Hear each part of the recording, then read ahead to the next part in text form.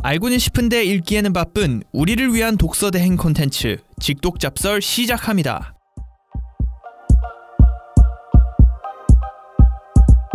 직독잡설 3부 시작하겠습니다. 저희가 휴먼카인드라는 책을 이야기를 하고 있는데 백희영 기자가 들고 와서 되게 재밌게 이야기를 하고 있어요. 그래서 지난주 1, 2부에서는 저희가 인간은 호모 퍼피다, 그러니까 친밀감을 기준으로 우리가 진화를 하고 있다, 이런 내용을 이야기를 했는데, 자 3부에서는 무슨 얘기를 소개를 해주실까요? 이번에도 이제 저희가 지금까지 다룬 건 어떻게 보면 서론이죠. 인간이 왜 서론인데 2부를 벌써. 그러니까 서론만으로 2부를 그러니까 우리는 쳤어. 어떻게 진화를 하고 있다. 근데 아직 사실 인간이 그렇다면 왜 이기적이지 않고 이타적인 존재인가에 대한 어떤 구체적인 사례들이 막 나오진 않았잖아요. 근데 이제 3, 4부에서는 그런 얘기를 좀 다뤄보려고 하는데요. 이제 구체적인 사례들이 나오는 우리가 거죠. 인간이 이기적이라는 사례는 너무 많이 알고 있어요. 그러니까 역사 공부 자체가 사실 어쩌면 인간은 쓰레기다라는 걸 배우는 과정이잖아요. 사실. 그렇죠. 근데 이제 3부에서는 그게 틀렸다를 배우는 거고, 4부에서는 그렇다면은 선한 사례들이 무엇이 있는가를 좀 살펴보려고 합니다. 근데 이제 리처드 도킨스 계속 우리가 얘기했는데 이기적 유전자는 되게 유명한 책이었잖아요. 그거 저 고등학교 3학년 때 그걸로 저 대학 들어갔거든요. 왜 어떻게요? 그걸로 면접에서 리처드 도킨스의 이기적 유전자에 따라 이러면서 막 그 책 내용을 설명해가지고 뭐 지문이랑 엮어가지고 면접 봤는데 그때 저를 봤던 감독관님의 표정이 약간 흡족스러웠어. 근데 그때가 한창 그 이기적 유전자로 필독선이 뭐니 난리를 칠 시기였어요. 맞아요. 근데 고3 학생이 뭔가 저거랑 엮어서 하니까 마음에 들었었나 봐. 근데 그게 진짜 잘못 얘기하면 엄청 유치한 얘기 될 수 있는데 이기적인 자가 살아남습니다 이렇게 될 수 있는데 그걸 잘했나 보다. 그러니까. 아니, 난 또 그때는 면접 신이어가지고 또 잘했거든요. 면접 신이었어요? 면접 신이었어요. 면접 보면 난 다 이것만 붙었어. 해도 우리 저번에 3부에서 얘기했던 그 눈동자 가설이 맞는 거예요. 왜? 사람이 면접에서 이렇게 뭔가 좋은 인상을 보여줘서 픽이 된 거잖아 사실. 아 그치. 그러니까 우리의 이 시스템 자체가 착한 사람, 좀 얘기 통하는 사람, 그런 사람을 픽하는. 내가 착한 사람으로 보였나? 그건 잘 모르겠는데. 그러니까 똑똑한데 재수없다 하면 떨어지잖아요. 아무튼 그 리처드 도킨스의 이기적 유전자 내용을 조금 짧게 설명을 하자면, 그러니까 인간이 완전 막 selfish gene이라고, 사실 그 책 이름이 좀 잘못 지어진 게 있어요. 제가 봤을 때는. 그러니까 인간이 이기적이라는 건 아니거든요. 그쵸. 그 DNA가 이기적이라는 거거든. 그쵸. 그러니까 그 DNA가 이기적인 건 나한테 도움이 되는 행동을 하게끔 우리가 프로그래밍화 되어 있다는 건데, 그래서 유전자가 나 자신을 위해서라면은 타인을 도울 수도 있다는 얘기를 하는데, 사람들은 자꾸 DNA가 되게 이기적이어가지고 사람들이 다 이기적인 방식으로 행동한다라고 착각하는 분들이 많아요. 이게 생물학자분들이 도킨스가 지금은 무신론교를 창립했다고 얘기하는 비판자들이 있어요. 맞아요. 무신론교를 근데 그 전에 이게 엄청 오래된 책이잖아요. 이 책이 나왔을 땐 도킨스가 워낙 말빨도 좋고 이게 책이 탄탄하게 쓰여졌기 때문에 전체적인 과학자로서는 사람들이 오케이를 하는데, 생물학자들이 난감해하는 게 이 이기적 유전자라는 잘못된 이미지 때문에 너무 고생스럽다는 거예요. 그러니까 마치 이 책 때문에 인간한 어떤 사령부가 있어가지고 이기적으로 공격하는 느낌으로 움직인다고 사람들이 생각한다는 거예요. 유전자라는 게 그렇게 명령을 내린다는 듯이. 근데 그게 아니라 우리가 얘기한 것처럼 인간이라는 건 살아남기 위한 사람들이 그냥 계속 살아남다 보니까 그런 사람이 많아지는 거지. 오늘부터 이기적으로 이렇게 막 전략을 얻어내리는 게 아니라는 거죠. 인간 자체는. 그래서 이기적인 유전자 제목을 욕하는 과학자들은 굉장히 많이 봤습니다. 맞아요. 하는데 그러니까 이분이 그 과학자들은 그런 진화를 당연히 진화를 받아들이니까 이해를 하는데, 이분은 그거를 좀 무리하다고 하는 게 모든 사회 문화로 다 가져가면서 좀 마치 만물 다 이걸로 해석할 수 있다. 마치 거의 종교화 됐다라고 비판들을 많이 해요. 너무 나갔다. 그런 얘기를 합니다. 그죠. 그러니까 사실 사람이 나쁘게 태어나지 않았으면 설명할 수 없는 일들이 많으니까. 그렇죠. 그리고 이게 좀 이데올로기적이라는 게, 인간이 그 남한테 이타적인 행동을 하는 걸 그거니까 결국은 너가 살아남으려고 착한 일을 하는 거야, 넌 나쁜 거야라고 이렇게 귀결이 된다는 거예요. 모두 다. 그 미국 드라마 프렌즈 보시면은 그 어떤 편이 뭐라고 해야지? 굿 이거 예전에 얘기했던 거다. 얘기를 했었어요. 피비하고 조이가 막 싸우는데 그 등장인물들이 네가 하는 모든 행동들은 사실은 다 너를 위한 이기적인 거야 라고 얘기해요, 조이가. 그래서 피비가 아니야 난 정말 착해서 그런 거야 라고 막 하면서, 나는 나를 위해서 하지 않아 하면서 맨 마지막에 찾아낸 게, 나 벌에게 물렸어 라고 하면서 벌은 나를 물면 나는 아팠지만 그 벌은 나를 물고 싶어 했으니까 잘 물린 거겠지? 라고 했더니 조이가 그치만 그 벌은 너에게 침을 쏘고 죽었을걸? 이라고 해서 피비가 엄청 그 채식주의자거든요. 그 좌절하는 그런 모습이 나와요. 그걸 보면서 뭔가 good deed with good intention? 뭐 그런 얘기가 막 나오는데 그 좋은 의도를 가진 좋은 일 뭐 이런 얘기가 막 나오는데 그러니까 모든 의도가 좋지만 사실은 자기 자신을 위한 거라는 거죠. 그 의도가. 뭐 이런 이야기를 하는데 이제 저희가 3부에서는 그런 얘기를 한다고 했잖아요. 인간이 이기적이지 않은데 그럼 여태까지 일어난 이기적인 일들에 대해서는 어떻게 설명이 되어야 하는가. 그러니까 끔찍한 일들이 너무 많잖아요. 역사적으로. 특히 뭐 나치 같은 경우에는 굉장히 그렇죠. 역사적으로 인종청소도 하고 네, 뭐 지금도 많이 일어나고 있는 일이고 어딘가에선. 사실 맞아요. 그렇죠. 그래서 이제 심리학 실험에서 가장 유명했던 게 그 스탠퍼드 교도소 실험하고 스탠리 밀그림의 전기 충격 실험이에요. 이게 되게 인간의 약간 본성에 있는 악 같은 걸 보여줬다고 표현하는 실험 2개거든요. 엄청 맞아요. 유명하잖아요. 엄청 이거 유명하죠, 그리고 막 그 진짜. 지식 채널 2에서 이걸 다뤄서 맞아. 전국의 고등학생들이 다 봤고 맞아요. 그리고 한창 심리학 열풍 불 때 스키너의 뭐 심리도구 상자가 맞아. 막 유행할 때도 이게 나오고 그래서 인간은 엄청 잔인하다라는 게 거의 정설로 박힌. 맞아요.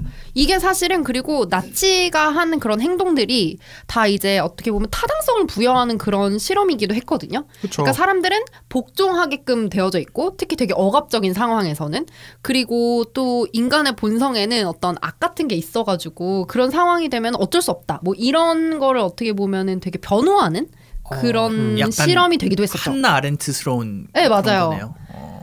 근데 이제 이 스탠퍼드 감옥 실험을 약간 짧게 요약을 하자면은 이제 1971년에 스탠퍼드 이제 학교 지하실에서 이루어진 실험인데 70명의 지원자 중에서 대학생 24명이 선발돼가지고 죄수와 교도관 역을 나눠서 맡은 거예요.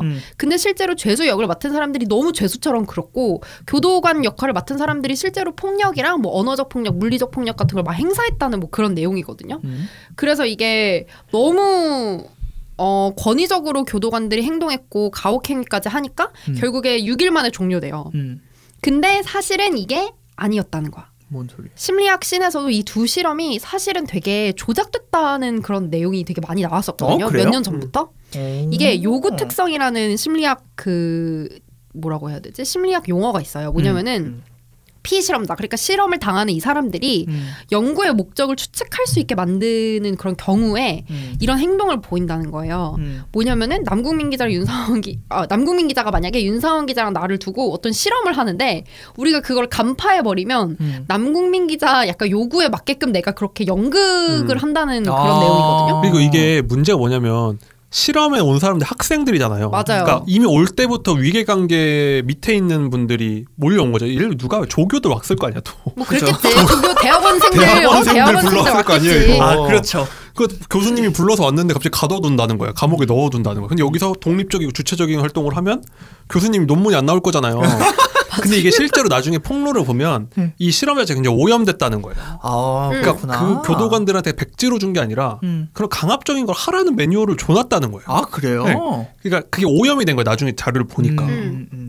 그래서 뭐 스탠리 밀그램 전기 충격도 마찬가지예요. 스탠리 밀그램 전기 충격 실험 아시는 분? 그 뭐 상대가 틀릴 때마다 이게 전기 충격을 줘야 되는 네, 가짜 맞아요. 전기 충격 버튼을 누르는 그러니까 거. 오른쪽과 왼쪽 방에 서로 다른 두 사람을 넣어놓고 한쪽 방에는 전기 충격을 할 수 있는 기계들을 설치해놔요. 근데 사실 다른 방에 갇혀있는 사람이 연기자예요. 고통스러워하는 연기를 계속 하는 거예요. 근데 이 고통스러워하는 연기를 계속 하는데도 이 사람이 전기 충격을 끝까지 누른다는 거야. 엄청 죽음에 이를 수도 있는 정도의 충격까지도. 그래서 결국은 실험자들이 말리면서 이 실험은 종료되었다. 이렇게 지식 채널 2에 나왔어요. 근데 사실 이 실험 같은 경우에는 히틀러의 말에 왜 나치들이 복종했는지를 약간 드러내주는 실험으로 되게 유명해요. 뭐냐면은 사람들이 그 어떻게 압력적인 그런 상황에서, 왜냐면 옆에서 전기 충격을 누를 때마다 이 사람이 약간 머뭇거릴 때마다 그 또 다른 연기자가 괜찮습니다, 누르세요, 괜찮습니다, 저거 다 괜찮은 거예요, 막 이런 식으로 약간 억압을 하거든요. 그러니까 그런 상황에서 인간의 본성은 이거를 그만둘 만한 이타성이 없다는 그런 내용이었거든요. 그러니까 그런 옛날에 나치 정권 하에서도 그런 히틀러의 어떤 억압적인 상황에서 독일인들이 다른 유대인들을 도와주지 못하는 것도 그런 분위기상 그럴 수 없었다. 그러니까 이런 거를 약간 보여주는 거죠. 그 한나 아렌트가 제가 아까 얘기를 했지만 한나 아렌트도 약간 그런 물론 이제 좀 약간 결이 다른 이야기긴 하지만 악의 평범성이라는 맞아요. 그 개념으로 되게 유명해졌잖아요. 그냥 뭐 이제 중간에서 나치들은 자기가 그냥 그 맡은 과업을 했을 뿐이다. 그리고 우리는 아무 잘못도 하지 않았다. 그냥 나는 그렇게 지시가 왔으니까 했을 뿐인데라고 하면서 이제 이런 무지와 무시가 뭐 이런 본질적인 거를 외면하는 게 악을 만든다라고. 그러니까 이게 했죠. 그리고 이 방금 두 가지 실험 이게 아마 가장 유명할 거예요. 근데 두 개 다 어쨌든 오염된 실험이라거나. 네, 맞아요. 그러니까 이게 근데 이게 나온 게 비슷한 시기일 거예요. 전쟁 후에 2차 세계대전 후거든요. 그러니까 한창 인간성에 대해서 막 환멸이 들고 혐오가 심할 때였다는 거예요. 인간의 이성이란 걸 부정하고 이럴 시대다 보니까 그게 딱 구미에 맞고 난리가 난 건데 이게 비슷한 사례가 뭐가 있냐면은 이 얘기를 다 들어보셨을 건데 그 어떤 여자가 뉴욕에서 길거리에서 칼을 맞았는데 목격자가 30명이 책에 나와요. 책에 나와요. 네. 근데 그것도 가짜. 그러니까 언론에 의한 가짜였다고 그러니까 이게 나오죠. 뭐냐면은 키티 제노비스 사건이 유명한데 이거는 우리나라 스폰지에 나와서 유명해졌어요. 이거는 심리학에서 방관자 효과라고 되게 유명해요. 방관자 효과라고 하는데 이게 뭐냐면 뉴욕의 어떤 여성이 길에서 칼을 맞았는데 당시에 그걸 목격한 주민이 30 몇 명인데 아무도 누군가 하겠지 하면서 신고를 안 했다. 그래서 이 실험이 인간의 방관자 효과라는 거를 증명한 실험이라고 나오거든요. 그러니까 인간이 그렇게 쌀쌀 맞다. 그리고 뭐 집단으로 있을 때 이렇게 남을 이렇게 신경 쓰지 않는다 하는데 아니, 그것보다도 방관자 효과는 어떤 거냐면은 만약에 여러 명의 사람들이 있을 경우에는 나 아닌 누군가가 하겠지 그러니까 라고 그냥 떠넘긴다는 생각해버리는 거. 그래서 이걸 인간이 무심하다 이렇게 하는데 알고 보면 이게 실제로 이게 뉴욕타임즈에서 나면서 난리가 나는 사건이거든요. 맞아요. 그 교과서에도 다 올라가 있는데 이게 알고 보면은 실제로는 그거 목격한 주민이 6명밖에 안 됐고 그 중에 2명은 신고를 했다는 거예요. 맞아요. 그러니까 일반적인 사건이에요, 그냥. 근데 이거를 당시에 잘못 소문이 난 걸 뉴욕타임즈에서 대대적인 오보를 맞아요. 내서 난리가 난 거죠. 알고 보니까 이거 가짜야. 그러니까 6명인데도 그중에 2명은 신고를 했다는 거예요. 이 작가가 언론에 대해서 굉장히 불신을 가지고 있어요. 불신이라기보다 언론이 되게 부정적인 역할을 많이 한다고 설명을 해요. 그래서 사람들한테 뉴스를 보지 말라고 조언하거든요. 언론 개혁해야 된다는. 네, 근데 뉴스를 안 보면 어떡해 우리는. 근데 이게 저도 맞는 게 저도 주말에 뉴스 안 보거든요. 아 저도 그렇죠. 근데 이게 그런 얘기를 많이 해요. 오히려 선배들이 옛날에 입사해서 어떤 연차 오래된 선배가 해준 얘기가 세상에 뉴스 밖에 있는 일이 정말 많다. 왜냐면 우리가 다루는 정말 일은 평생 기자 만날 일 별로 없잖아요. 그렇죠. 정말 희귀하고 나쁜 일만 찾아다니는 게 우리의 직업이고 그러니까 사회에 그 나쁜 일을 알려야 되는 것도 맞고 맞아요. 제가 예를 들면 인생에서 제일 나쁜 일 겪으면 기자한테 제보를 할 거잖아요. 예를 들면. 맞아요. 당연하죠. 그렇기 때문에 그것만으로 세상을 보지 말라고 하니까 근데 어쩔 수 없죠. 뭐 사실 근데 그 나쁜 뉴스를 전하는 게 또 일이니까. 그쵸.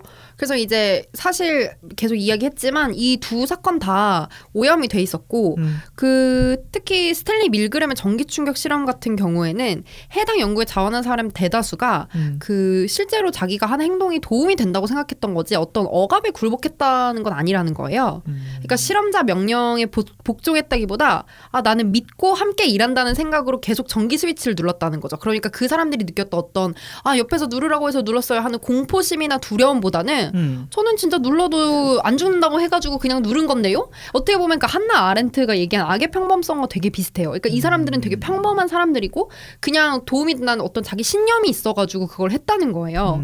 그래서 그런 막 연기를 시킨 어떤 밀그램 같은 경우에는 되게 과학자보다는 어떤 실험을 감독하는 영화 감독에 되게 가까운 역할을 했다는 거죠. 그래서 이제 나치들도 마찬가지인데 영국의 한 역사학자는 뭐라고 하냐면은 히틀러가 실제로 되게 세세한 지시사항은 별로 안 내렸다고 해요. 오히려 되게 큰 지시사항은 내렸어도 세세적인 지시사항이 없어서 나치들이 실제로 그 사람의 어떤 명령에 복종했다기보다 그 정신 그리고 그 가치에 맞게 행동하려고 노력을 했고 히틀러를 위해서 히틀러를 바라보고 스스로가 일을 했다고 하거든요.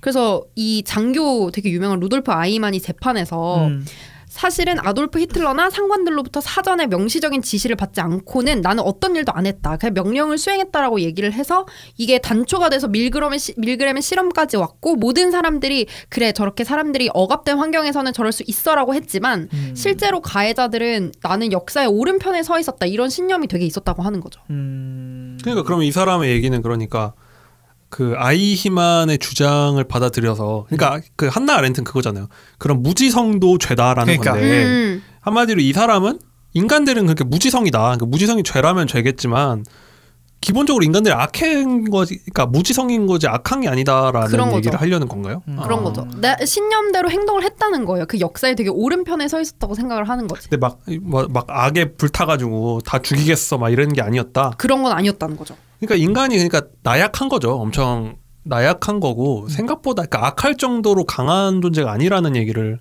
하는 것 같아요. 이런 거 보면은. 근데 나 저기 전기 스위치도 그렇고 밀그램도 그렇고 아이히만을 이런 식으로 해석을 했다는 내용을 보면 이게 더 나쁜 거 아닌가? 그러니까 예를 들어서 전기를 눌렀을 때 상대방이 아파하지만 뭐 죽지 않을 정도다. 근데 나는 이 사람을 도와야겠다는 이제 협력의 마인드로 이거를 눌렀다. 근데 난 저 사람이 아파해도 상관이 없다. 그러니까 이 실험이 윤리적인지 아닌지 신경을 안 쓰고 그냥 협력을 했다는 거잖아요, 무지성으로.